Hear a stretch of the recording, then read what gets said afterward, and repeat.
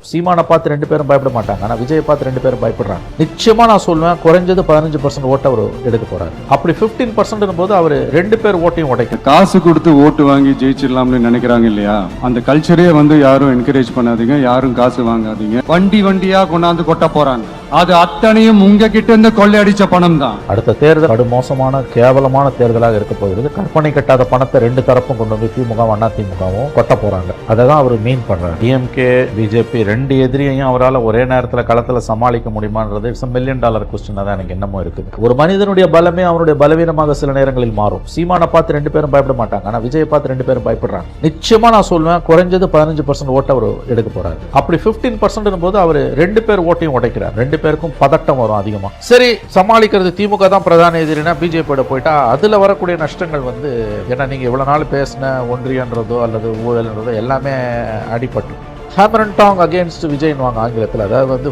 Full வார விஜய்க்கு எதிராக அன்லீஷ் பண்ணது டிஎம்கேன்னா, ஒரு மனிதனுக்கு ஒரு நெருக்கடி வரும்போது தன்னை காப்பாற்றிக்கிறது தான் அவருடைய பிரதான நோக்கமாக மாறும். அப்போ அவர் போய் எங்கே சேரலாம். இவங்க அந்த பக்கம் அவர் உந்தி தள்ளினாங்கன்னா அவர் அங்கே தான் போய் சேருவார். ஸோ இட் இஸ் இந்த டிஎம்கேஸ் ஹேண்ட்ஸ்னு எனக்கு தோணும். 70% மேலே அதிமுக தொண்டர்களுக்கு இந்த அலைன்ஸை பிடிக்கல. பிஜேபி சந்தோஷமா இருக்கான், அவனுக்கு வேற வழி இல்லை. ஏடிஎம்கேன்றது மாறாது போல வந்த மாமணி. ADMK leaders are struggling. அதனால் அது பிஜேபிக்கும் தெரியுது. அதனால தான் ரெண்டு பேரும் தினம் அழைப்பு கொடுக்குறாங்க விஜய்க்கு. ஏங்க, நீங்க இந்தியாவை ஆண்டுகிட்டு இருக்க கட்சி 11 வருஷமா, இவங்க கடந்த 30 ஆண்டுகள் தமிழ்நாட்டு ஆண்ட கட்சி. நீங்க ரெண்டு பேரும் சேர்ந்து 1.25 வருஷம் கூட அவளை கட்சி ஆரம்பிச்சு அன்டெஸ்டட் பிளேயர் அவருக்கு தினம் அவருக்கு வெத்தலை பாக்க வச்சு எது கூப்பிடுறீங்க?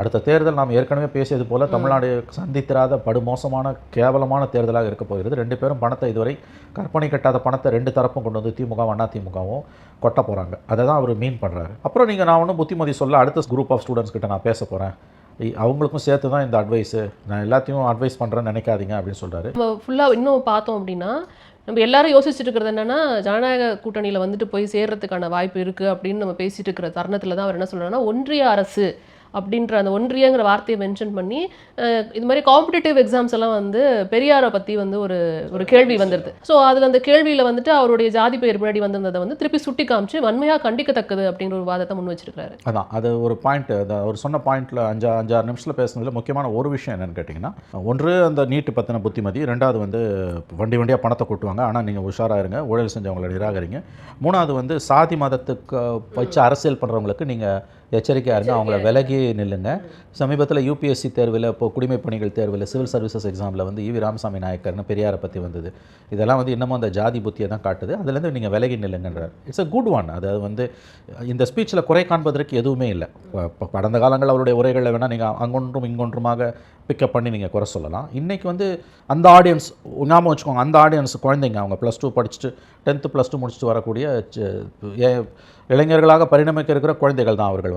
அவர்களிடமும் அவர்கள் பெற்றோரிடமும் பேசும்பொழுது அரசியலை ரொம்பவும் எடுத்து பேசக்கூடாது, ஆனால் அரசியல் பேசாமலும் இருக்கக்கூடாது. அதனால் அந்த எல்லை கோட்டுக்குள்ளே நின்றுக்கிட்டு அவர் மெசேஜை கன்வே பண்ணிட்டாருன்னு தான் நான் பார்க்குறேன். அதனால்